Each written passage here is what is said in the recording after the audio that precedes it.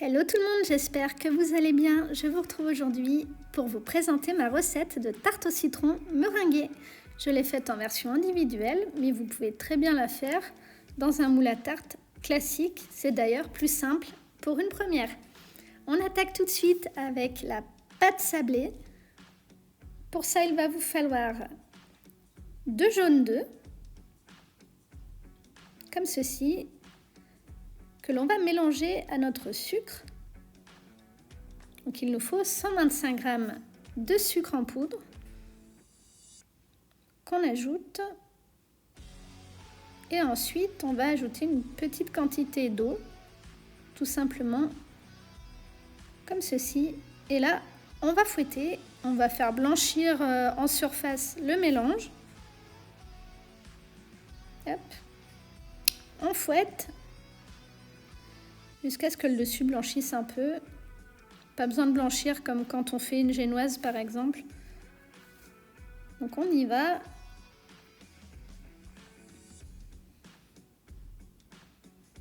Voilà.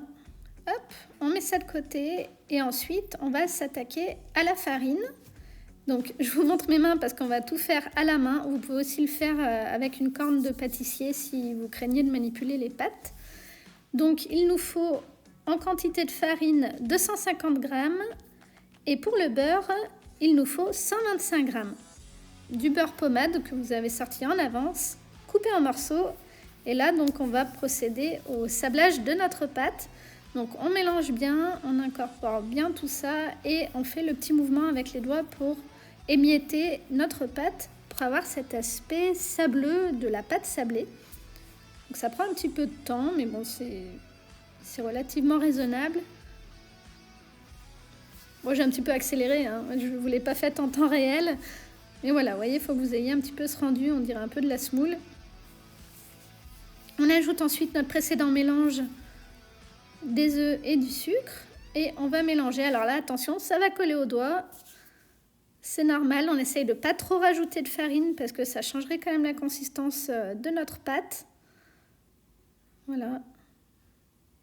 Donc on ne mélange pas trop non plus, on va juste essayer d'agglomérer un petit peu comme ceci. La pâte n'est pas homogène, mais vous allez voir, une fois reposée au réfrigérateur, on va la retravailler légèrement et elle sera bien plus uniforme. Donc je l'ai laissée au minimum 15 minutes au réfrigérateur. Ensuite, je peux donc sortir ma pâte et comme vous le voyez, hop, elle ne colle pas aux doigts. J'en ai pas plein les doigts comme tout à l'heure.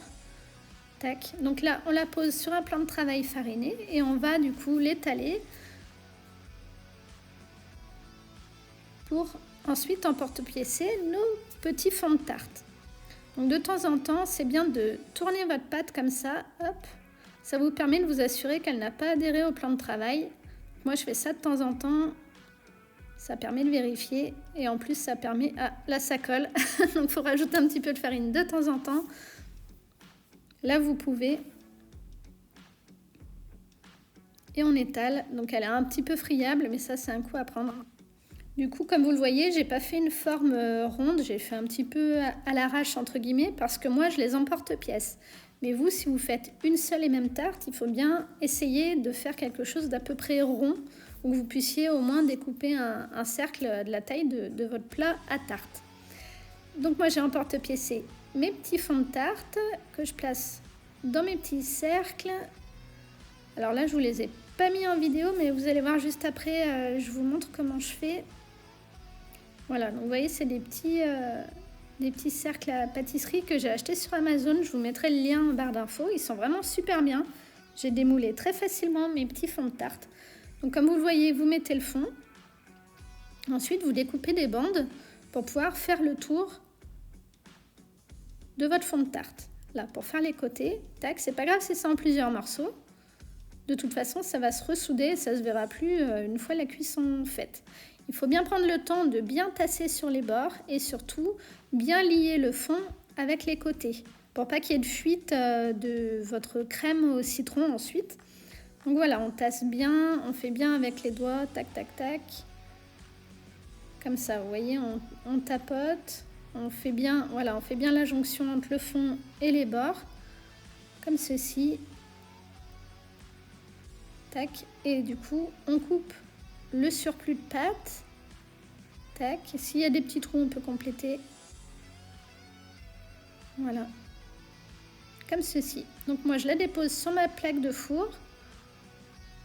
Voilà. Après, le plus simple aussi, c'est de faire directement comme ça sur la plaque du four avec du papier sulfurisé. Comme ça, vous n'avez pas à déplacer vos petits moules. J'ai un peu accéléré, mais vous voyez, c'est le même principe. On soude bien, surtout, c'est le plus important. On évite les fuites et on coupe l'excédent. Et ainsi de suite. Ensuite, on pique bien notre pâte pour éviter qu'elle ne gonfle dans le four. Il faut que nos fonds de tarte restent quand même assez plats. Donc, on vient piquer tout ça. Tac, tac, tac. Voilà, et on enfourne, du coup, on enfourne à peu près 10 minutes à 180 degrés. Attention que votre pâte ne colore pas trop, là c'est limite trop, parce qu'on va remettre les fonds de tarte au four pendant la recette. Ensuite, on enchaîne avec notre crème au citron. Donc il vous faut 2 œufs entiers. Il faut ensuite 2 jaunes d'œufs. Et on va donc fouetter nos petits œufs et venir rajouter 20 centilitres de crème semi-épaisse. Donc on fouette bien, comme ceci, tac tac tac. J'accélère un petit coup, on ajoute les 20 centilitres de crème semi-épaisse. Là, 20 centilitres, l'équivalent d'une petite briquette. On vide bien tout, comme ceci, et on va venir à nouveau mélanger tout ça. On vérifie qu'il n'y a plus rien dedans. Hop. Donc, on mélange.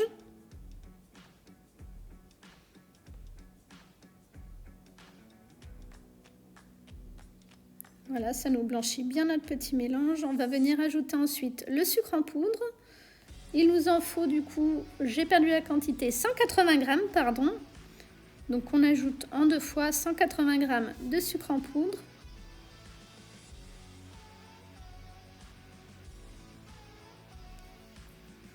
Et on vient ajouter le jus de 2 citrons bio, de préférence. Moi, j'utilise toujours des citrons bio quand je les cuisine ou que j'en fais des boissons. Bio non traité, bien sûr. Donc, on mélange bien tout ça jusqu'à ce que ce soit à peu près homogène. Moi, je vais le transférer, vous allez voir, dans un verre doseur avec un bec. Ce sera bien plus facile pour remplir mes petits fonds de tarte. Donc là, on a fini. Mes petits fonds de tarte sont à nouveau sur la plaque du four et je viens donc remplir. Alors, après cuisson, je me suis rendu compte que j'avais pas mis suffisamment de crème citron. Donc faites attention, remplissez vraiment bien vos fonds de tarte car à la cuisson, ça va se rétracter un petit peu. Donc, comme vous voyez, on est bien cuit. Donc on remplit tout ça, nos 6 petits fonds de tarte. Tac. Donc on continue, c'est là que vous allez voir si votre soudure a été bien faite, hein. Si vous avez des fuites, c'est qu'il y aura eu à louper. D'ailleurs, celle en haut à gauche, vous voyez, il y a une petite fuite. Là, en haut à gauche, vous voyez, ma pâte s'est rétractée et donc on a une petite fuite. Mais sinon, les autres sont bons, il n'y a pas de problème. Donc on remplit tout ça et on va venir enfourner 30 minutes à 160 degrés, le temps que la crème de citron soit cuite. Donc pendant que c'est en train de cuire, on va du coup monter notre meringue. Donc il vous faut les 4 blancs d'œufs, les 4 blancs que vous avez mis de côté précédemment pendant la recette. Donc on va les monter en neige, assez ferme, hein. Donc, alors j'ai un petit problème de cadrage, je suis désolée. J'ai eu un petit souci pendant que je filmais. On vient rajouter progressivement à nos blancs 150 g de sucre glace.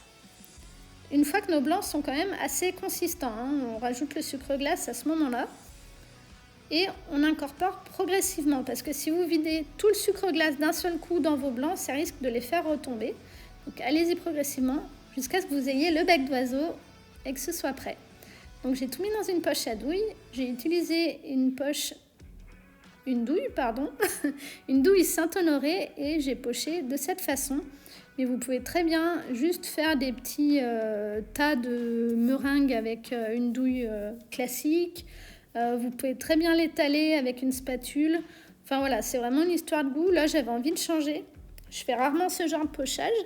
Donc, bon, je pense que ça se voit, il y a quand même des défauts. Mais du coup, j'avais envie de changer. Donc voilà, comme vous voyez, hop, hop, hop. On fait nos petits zigzags.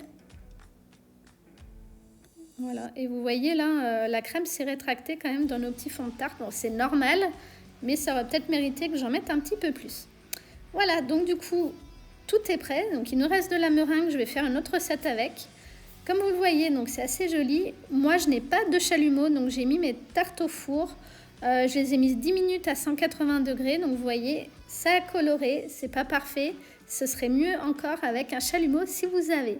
J'espère que cette vidéo vous a plu. N'hésitez pas à vous abonner et je vous dis à bientôt.